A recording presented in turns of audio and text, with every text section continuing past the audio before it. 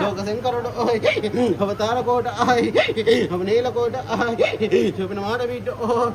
చూనందు పెట్టు అడుగు తీస్తా వీటు ఆ శక్తి నున్న వెనుక బాట నేను ముందల బాట నుంటున్నా పరువేమి లేదు ఈయన నుంచి వీటు మూల కల్లేస్త్రీ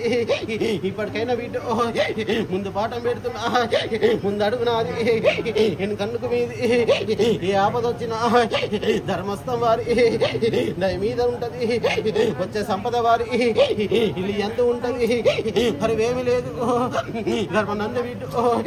గడపనందు పూజ గంట గల్ల సేవ గర్భనంద వీటు పసికంద రూపము పరమల్ల జ్యోతి